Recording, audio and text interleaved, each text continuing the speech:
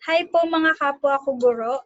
So, ngayon po ituturo ko kung paano natin gagamitin ang OBS Studio bilang isang platform sa paggawa ng video lesson. So, una po, pupunta po tayo sa OBS Studio.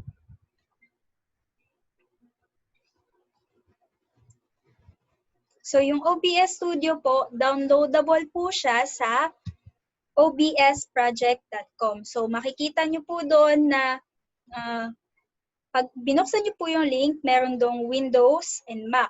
Kung ang inyong computer ay ang ginagamit ay Windows, so i-click nyo po yung Windows and automatic po mag-download yung installer ng OBS. And kung Mac naman po yung inyong operating system or Mac yung inyong ginagamit, click nyo po yung Mac. So, after po nun, i-install po natin yung OBS. Ngayon po, ito po yung itsura ng ating OBS. So, meron tayong black screen dito, which is yung ating blank canvas. Ngayon naman po, ang gagawin po natin is ilalagay natin yung ating presentation. So, paano po yun? So, kung titingnan nyo po yung lower left, nandyan po yung sources. So, sa sources po, pupunta po tayo dun sa plus, and then, hahanapin naman po natin yung screen record ng ating computer. So, ang screen record po ng ating computer ay nasa display capture. Kapag clinic po natin yung display capture, meron pong selection na lalabas. So, create or select source. So, kung saan po natin kukunin yung ating screen record. So, kung okay na po, kung gusto nyo pong i-rename, pwede din po. For example, gusto kong pangalanan siyang screen record para hindi ako malito. And then, kung okay na po, click OK. So, ipapakita po niya yung preview ng ating screen record. Kung tama naman po yung pinapakita niya, click OK. Kung masyadong malaki yung ating screen record, kaya papaliitin po natin. So, madadrag or mareresize po natin siya kapag drinag po natin yung red line, kahit saan po dyan. So, kahit dito, dito sa may mga box. So, pwedeng resize, idadrag lang po natin, or pwede din po natin siyang ilipat-lipat kung saan natin gusto. So, kung gusto ko po buo, pwede po. Kung gusto ko pong maliit, pwede din po. Ganyan po yung magiging itsura niya. So, gawin po nating buo. And then, paano naman po natin ilalagay yung ating camera? So, babalik po tayo sa sources, and then, i-click po natin yung video capture device. Yan po yung ating web camera sa computer. Ngayon po, paano naman po kung hindi gumagana ang camera ng ating computer? Pwede po nating i-connect yung ating cellphone. So, meron pong mga tutorial sa YouTube kung paano natin makakonect ang Android device sa computer bilang web camera. So, pwede din po yun magamit sa OBS, yung ating camera sa cellphone. So, ngayon, i-disable ko muna yung aking camera para magamit natin sa OBS. So, plus video capture device. Kung gusto nyo pong i-rename, pwede po. For example, ako. Then, okay. So, lalabas naman po yung preview ng ating web camera bago po natin malagay dun sa actual nating canvas. So, kung gusto nyo pong ayusin yung video ng camera, pwede po.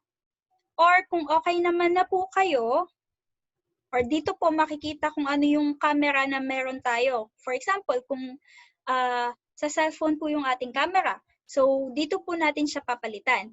And then, dito po lalabas sa ating preview yung pinapalabas dun sa ating camera. So, kung okay na po, click OK.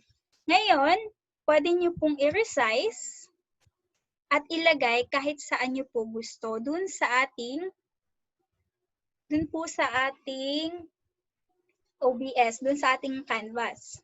So, kung gusto ko po dito sa taas, pwede. Sa gitna, sa baba, kahit saan po pwede. Ngayon, pwede na po tayong magsimulang mag-present. Kaya, pwede na po tayong magsimulang mag-present kung okay na po yan sa inyo. Simpleng presentation lang po. So, paano po tayo magsisimula? Punta po tayo sa controls and then click start recording. Pag nag-start recording na po kayo, punta na po kayo agad dun sa inyong presentation. So, sa presentation po, ganyan lang po yung lalabas. Hindi po natin makikita yung ating webcam, pero okay lang po. Pero ngayon, yung nakikita nyo po yung nasa OBS ko. Ngayon, kung nagpa-PowerPoint po kayo, pwede na po kayo mag-present, mag-discuss, kahit anong gusto nyo pong gawin. And ganyan po yung magiging itsura ng ating presentation habang ganyan po yung magiging itsura niya sa OBS. And kung yung final output po, ganyan na po. So kung tapos na po kayo mag-discuss, pwede nyo na pong stop recording. Okay? After po niyan, na nag-stop recording po kayo, saan naman po natin makikita yung ating video? So, yung ating video po ay makikita sa file and then show recordings. Okay po. So, pwede na po natin siyang ma-play. Okay? Ito po yung ating presentation.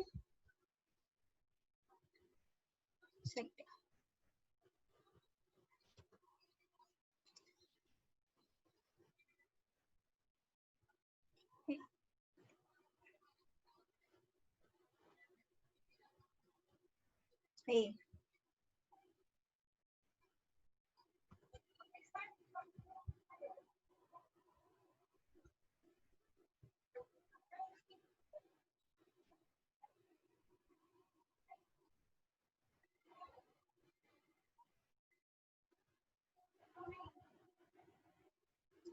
Okay.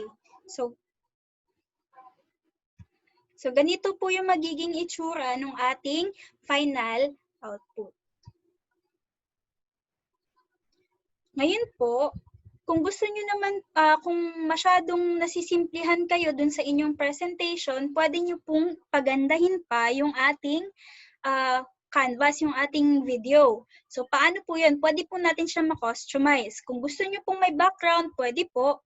So, i-resize po natin yung ating screen and pwede po natin siyang ilipat-lipat yung ating camera kung gusto nyo po sa gitna dito para kasabay ng presentation nakikita pa rin tayo sa gilid ng ating mga estudyante. So ngayon kung gusto nyo iba ng background, pwede po kayong magdagdag ng background, pwedeng video, pwedeng GIF, pwedeng picture. So for example, pag gusto ko ang itsura ng aking background ay classroom.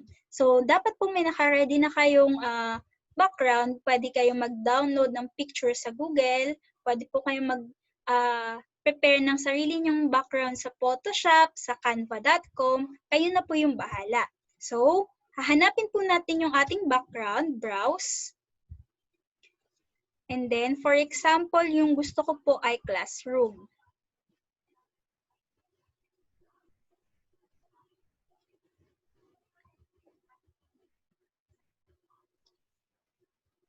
Ito po.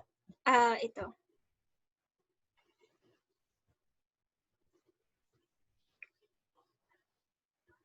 Okay, ito po ay GIF. Yung GIF po, yung gumagalaw na picture.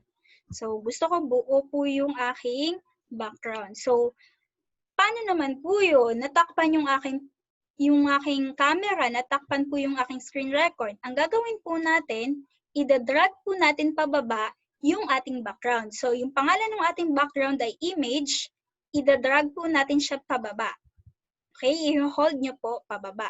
So, ngayon, lumabas na po yung aking camera at saka screen record. Ngayon po, i-resize naman po natin siya. Okay? Paano yun? Pangit kapag hindi sakto yung ating screen record dun sa ating chalkboard. So, pwede pwede nyo pong i-stretch yung ating screen record. So, shift, i-hold nyo lang po yung shift and then pwede nyo na pong i-resize ulit yung ating screen record. Ganun din po sa kahit anong kahit anong sources na nilalagay nyo dun sa ating canvas. And then, sunod naman po yung aking video. So, ilalagay ko po dito sa may easel. So, i-resize ko na lang po para magkasya. Ayoko pong i-stretch kasi pangit tingnan. And then, paano naman po kung gusto kong maglagay ng text? Pwede din po, meron po ditong text sa ating sources. So, text, and then, kung for example, please listen. Please listen yung title ng ating text para hindi tayo malito. Okay? And then, bibigyan po kayo niya ng parang kung anong font style, font size yung gusto nating maging itsura nung ating text. So, please listen yung aking text. Yan. And gusto ko po ibang font. So, select font. Hanap na lang po tayo. So, may preview siya dito. Pwede nyong liitan para makita ninyo. Para makapagpili po kayo ng maayos. Yan. Ganyan po yung gusto ko. So, lakihan po natin ulit yung text para malinaw na malinaw. Okay. So, please listen.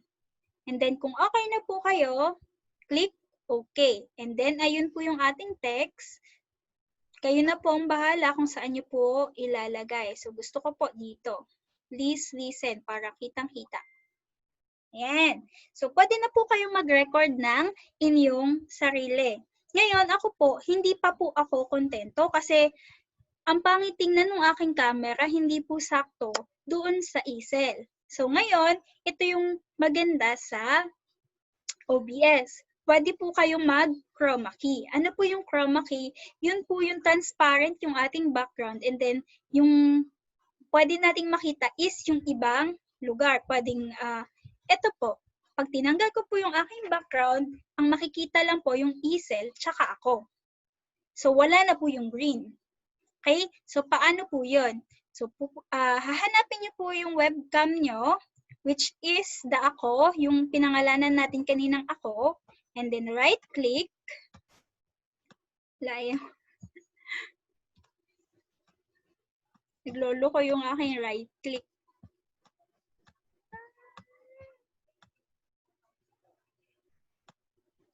Layo. Naglolo ko na. Pause natin. Pause.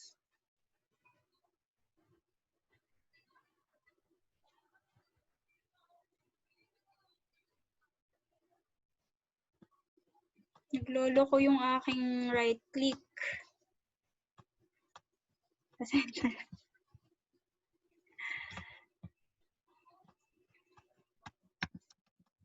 Ayan. Pindot ko tuloy. Kung ayaw nyo pong mag-right-click, pwede po kayong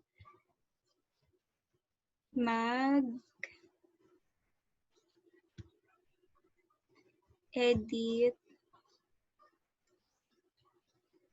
Hindi. Wait lang po, hanapin ko. Ayaw mag-right-click eh. Wala. Pasensya po. Wait lang.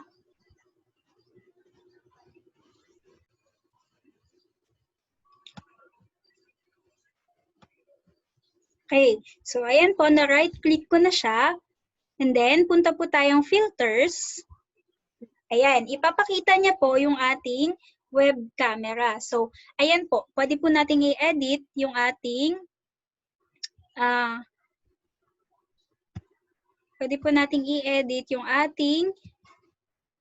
video sa webcam. So, paano po yung chroma key? So, plus, and then hanapin niyo yung chroma key, click, okay, and then, ayan po. So, kung nakikita niyo po, nawala na po yung aking green na background kasi yung gray po na part is transparent na po. Ngayon, kung ibang kulay yung yung nandun sa key color type, ayan po, ganyan po yung mangyayari. So, tatanggalin niya po lahat ng kulay na nakasuggest dun sa ating key color type. So, kung magenta, ayun po, yung lips ko wala. Kung yung blue, halos wala na po yung, parang multo na po ako. So, kung yung green, kasi green po yung aking background, kaya green po yung ginawa ko. Ngayon po, bakit po green? Mas maganda pong green kasi mas madali pong ma-recognize ng chroma key color yung ating kulay green. Unlike po ng blue, for example, kasi yung ating colors ay composed of primary colors, the red, yellow, and blue. Kaya kapag yun po yung ginamit po nating kulay, possible po na pati yung ating skin is madamay dun sa mako-chroma key. Kaya mas maganda pong green kasi secondary color na po siya. So, ito pong aking background, itong green na to, hindi po kailangan na bumili po kayo ng mga mamahalin sa online or sa mga tindahan. Hindi po kailangan tela. Kasi po, itong aking background ay cartolina lang po. Kahit cartolina lang po, pwede na po kayong magkaroon ng green screen. Okay, so itong cartolina na to, dinikit ko lang po sa pader. So, gawin po natin green. And then, kung okay na, kung hindi pa po kayo satisfied dun sa nililinis niya, pwede nyo pong ayusin dito sa similarity. Ayan po. Similarity. Or sa smoothness, kung gusto nyong smooth yung kanyang output. So, ayan. Ayusin natin. Kung okay na po, click close. So, ayun na po. I-resize ko na lang siya para lumaki yung aking video, para mas magandang tingnan. So, yung aking likod po is transparent na. Ako na lang po yung natitira kasi ako yung hindi kulay green. Ang disadvantage po dito, hindi nyo po pwedeng suotin or wag po kayong magsusuot ng kakulay nyo yung inyong background. Kasi kapag tinanggal nyo yung background, pati yung kulay ng suot nyo, matatanggal. So, ayun lang po. And then, pwede na po kayo ulit mag-start ng recording. And mas maganda siya kasi mas na-customize natin and mas maganda, mas pleasing yung itsura ng ating video, mas nakaka-encourage ng mga bata. Okay? Yun lang po. Sana marami po kayo natutunan and sana po ma-apply po natin siya sa ating video lesson. Bye-bye po! Mali.